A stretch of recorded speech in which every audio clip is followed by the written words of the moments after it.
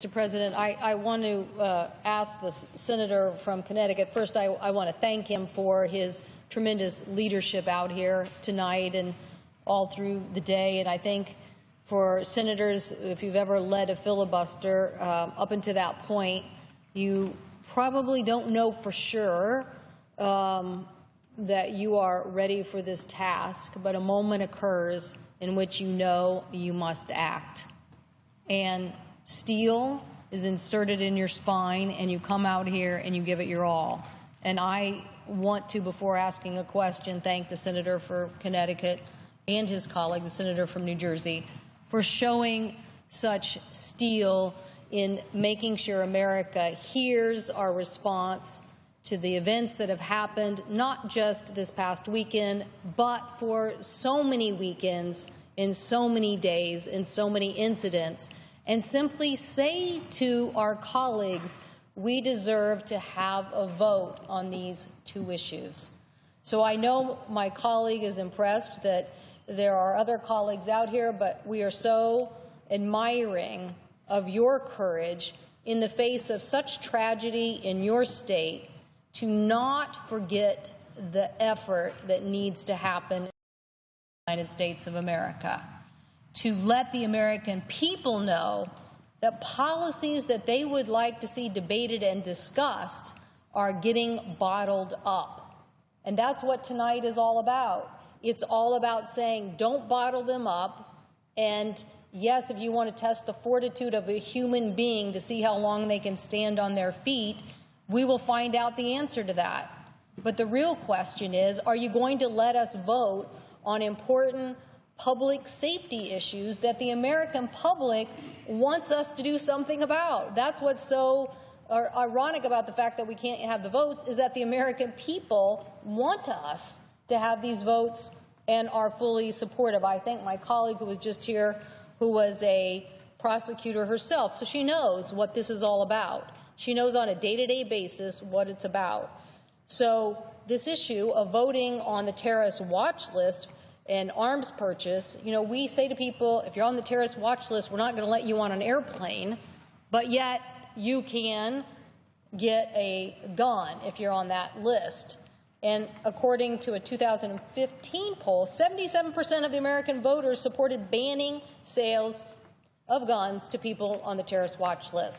So we know that the majority of Americans support us in this effort, and yet we cannot get the support to make that happen here on the Senate floor.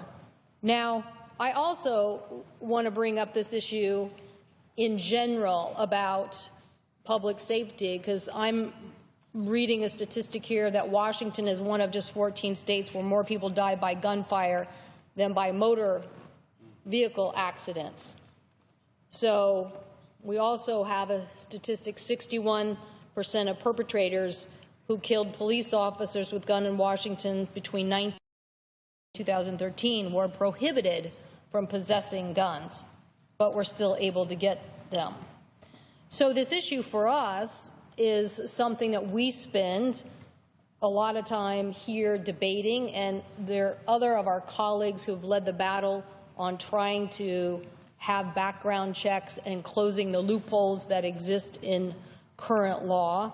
And I want to thank them for that. I want to thank them for their battles and effort. But I wanted to ask the senator from Connecticut if he is aware, which I'm sure he'll be somewhat aware of this, that this issue, being neglected by the United States Senate, is being taken up by citizens of the United States in every measure and vehicle available to them.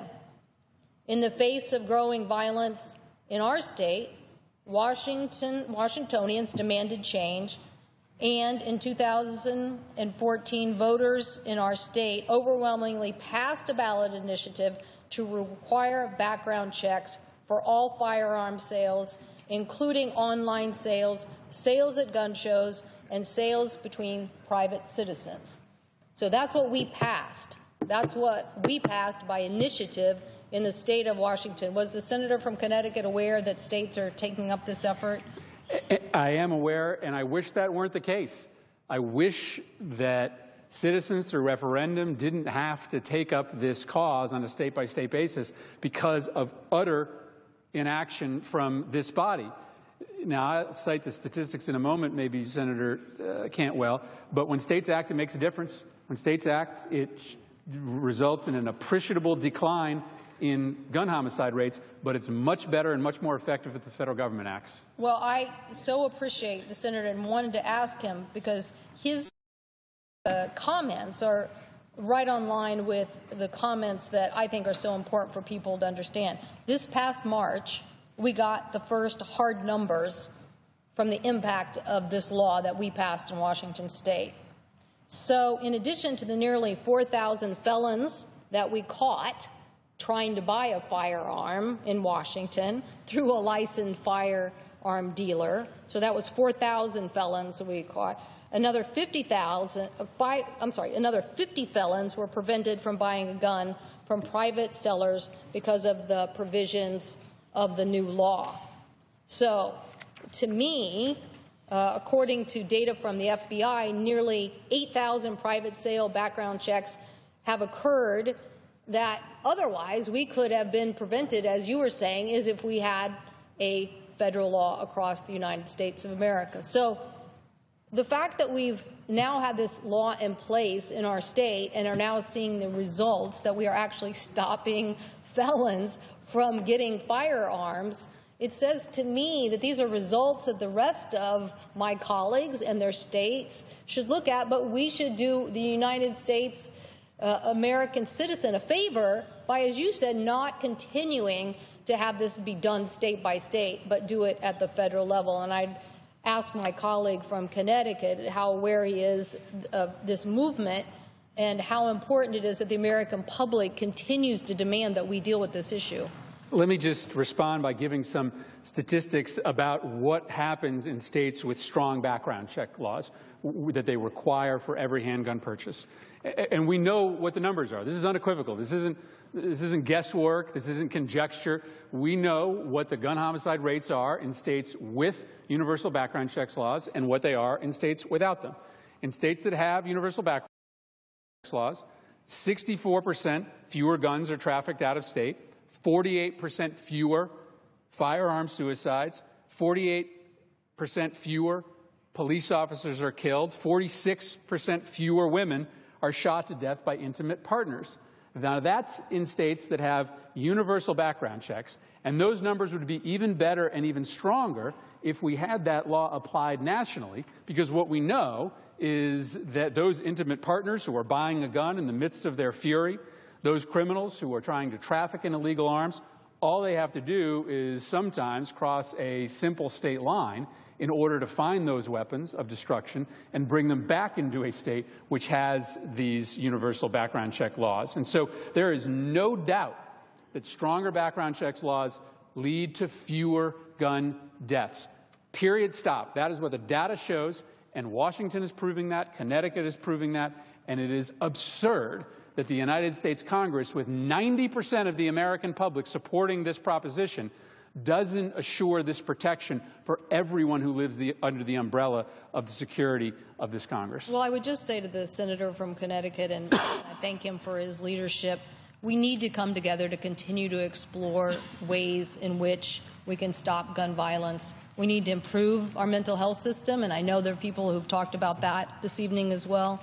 But I just want the senator from Connecticut to know that in the state of Washington, we are looking at an additional ballot initiative to prevent gun tragedies involving mental illness.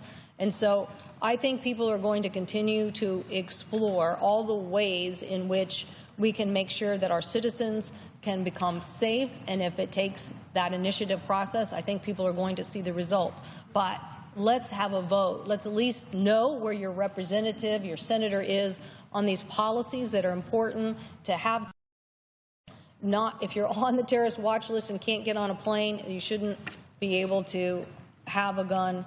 And let us have, like the good law that's been enacted in the state of Washington, a background check that is producing the result of catching felons and stopping them from having access to a gun. So I thank the senator for Connecticut for answering those questions and for